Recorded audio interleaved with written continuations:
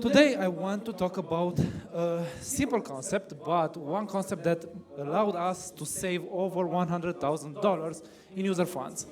And it's not revolutionary, it's not crazy, but it's the way the tech needs to be presented to the end user. First of all, let me tell you a bit about who we are. We are a team of 4 core developers. We are from Romania, from Transylvania, like 100 kilometers away from here. And we have been building in blockchain from 2020. And in the past 2 years, we have been building Wolfswap. What is Wolfswap actually? It's a place where we gathered a lot of Web3 people, a lot of members of the community, and we try to grow, build with the community for the community.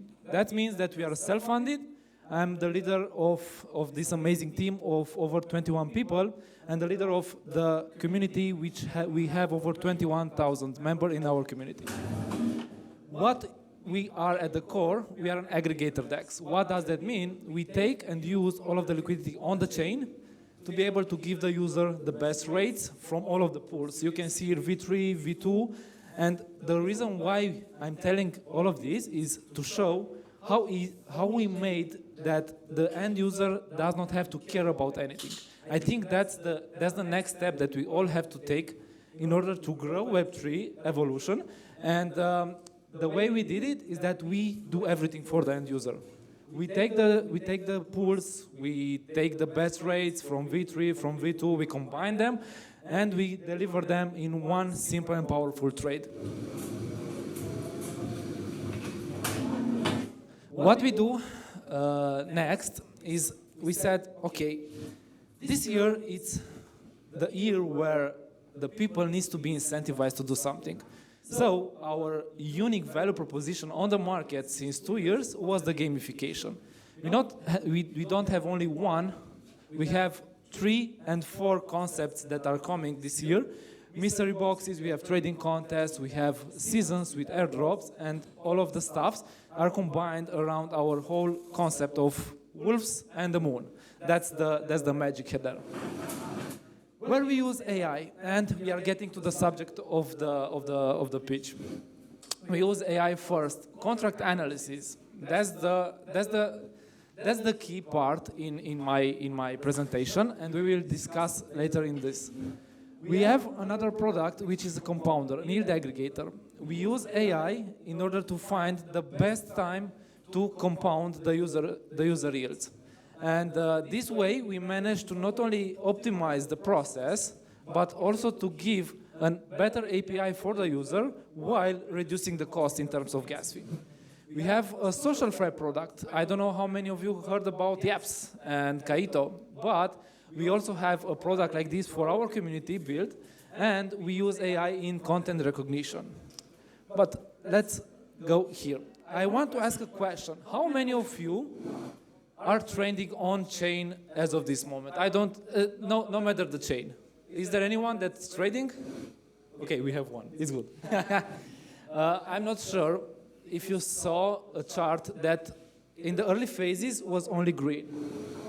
Only green, some red candles, and after that it's only green in order to attract more people, in order to attract more funds.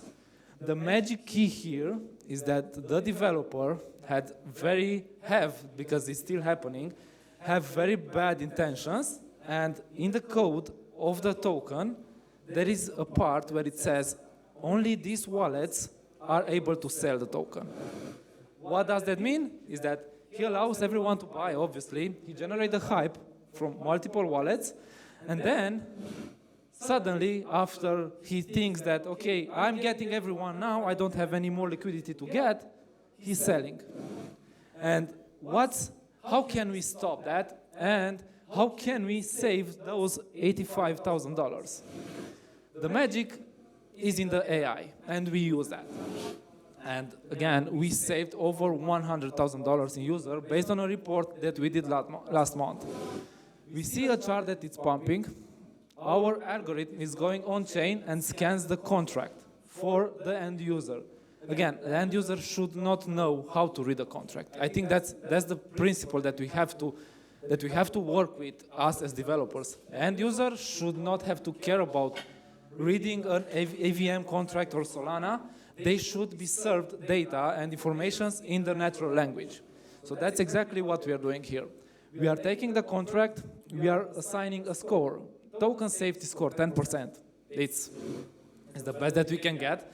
The liquidity burn 0. That means that the founder, the creator of the token can get it and sell it anytime he wants. But the magic sauce is in this part. What does the token contract actually have? And we can see here, the airdrop enable means that the founder, the creator of the token can limit how many wallets can sell the token and how many wallets can actually make a profit on the token, because everyone is trading for profit. And if we discover something like this, we instantly block the token from trading. I know, on-chain, decentralization, everyone loves it, but no one loves it to lose money. And we are here for the end user to solve that. And we are doing it successfully. So we can actually prevent this happening. Here, when the hype is going on, we actually put a very big warning and block you, telling, hey, you can buy, you can spend $1,000, we don't mind, but you will not be able to sell and make any profit. Next step that we took, and this is still in beta because it's a lot of work in it, is an AI companion. There is a lot of talks about on-chain versus off-chain, DEXs versus CHEXs, and I think this year is a year where we will see more CHEXs coming to the on-chain part, and the users from the CHEXs that are used with a lot of informations given to them, they will be hit by the amount of information that will be found on-chain. So what we are building, we are actually building an AI companion that you can come and type a message. Hey, can you help me? Of course. What's the token contract? Is the token contract safe? Can you buy $10 for me? Can you, I don't know, can you give me information about the token team, how active they are, how safe is? It is a rug pull, and all sorts of information that we want to provide the user the help that they need in a very natural language for them. And of course, it's gonna ask, am I handsome? And I don't know the answer for that. We, as a team, we are a team with I think the average year is like 30 years. So we took all of the tech that we need from the ones that are younger than us, and we are trying to leverage AI in every single possible way. We use it in marketing, as you can see. We use a lot of VO. We use it in the lore build-up. We use it in scanning token sentiment in order to provide our users what's trending, what's not trending, and all sorts of stuff. And the best code, and I think this is very important, AI won't steal your job as a developer, neither mine, but someone using AI will. And I think this also serves as a code for us developers to think about our end user. How can we make better products using AI in order to serve the users that are coming to Web3 easier?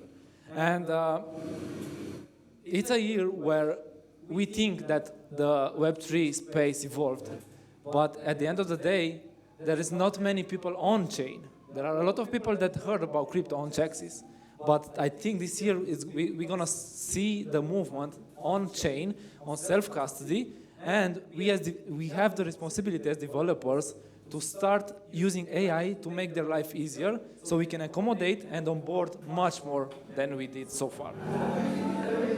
This was me. Thank you. I'm Alex from Wolfswap, and for anything, this is our Twitter and our website where you can trade on Base, Chronos, Abstract, and Polygon. Thank you very much.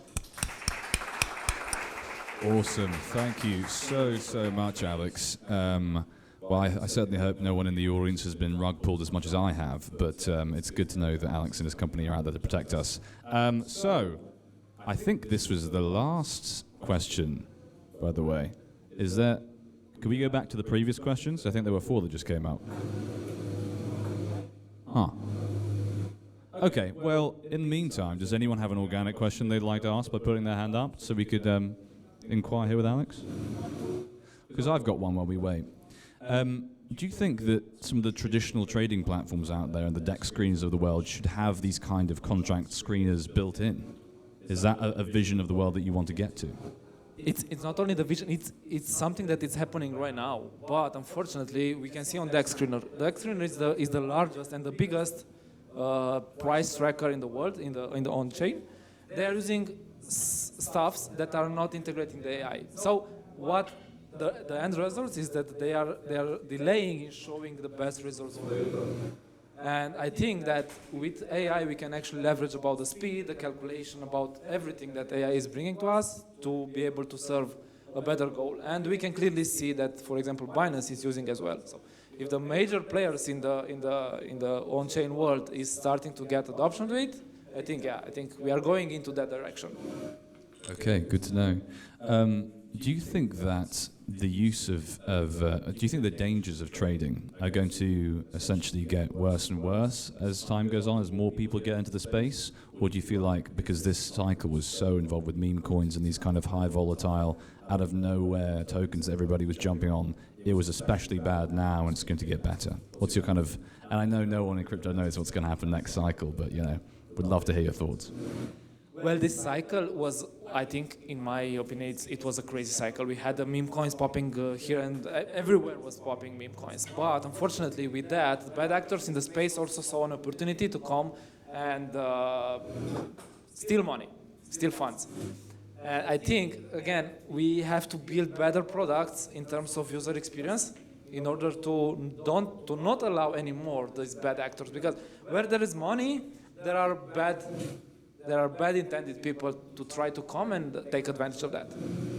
And that's, I think, is going to happen more often than ever because the crypto is getting more adoption. Now we can see in the US what's happening, that they are getting real traction there, and more and more bad actors will jump on Web3, but we have to be better products in order to counterattack that. I think that's probably absolutely right. Okay, we've got a question here from Titus K, who's gone through the app. How do you manage AI companion identity? Oh, and we got another one. How do you manage AI companion identity and data segregation for each user, Alex? It's based on, we have 3 steps. First, it's based on the user wallet address. So it's the simple on-chain wallet address. Second, we do ask for anyone who wants to connect the Twitter and the Discord. So we can provide full package data for the user, customized on his preferences, tweets, and etc. So we tried to combine everything that we can, and the user is free to choose what he wants to connect, what data he wants to serve to us. Makes a lot of sense. Thank you. Another question here from GasGuzzler87. If there was a prize for good usernames, I'd be giving it to that guy. What kind of AI models or algorithms did you find most effective in detecting bad tokens or suspicious trades? That's a good question for my technical founder, but from what I know is that we developed a custom LLM based on ChatGPT version that was last 3 months or so. And what we discovered is that GPT was not good enough with AVM contracts.